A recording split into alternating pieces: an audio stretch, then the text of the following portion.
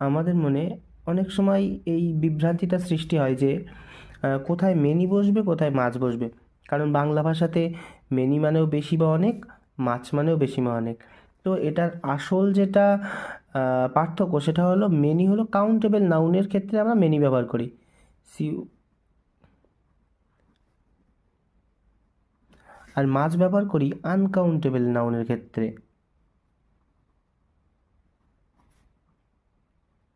তো countable uncountable noun কি? Countable noun মানে যেগুলো আমরা গুনতে পারি সংখ্যায়, আনকাউন্টেবল যেগুলো গুনতে পারি না। কাউন্টেবল নাউন কি? বুকস, পেন্স ইত্যাদি।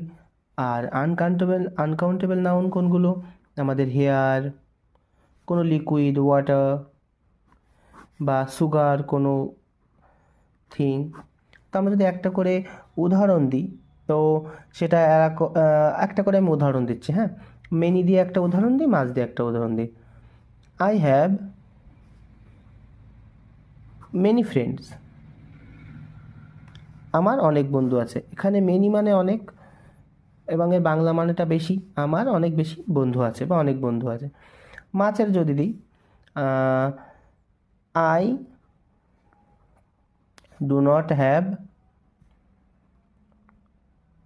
Much time.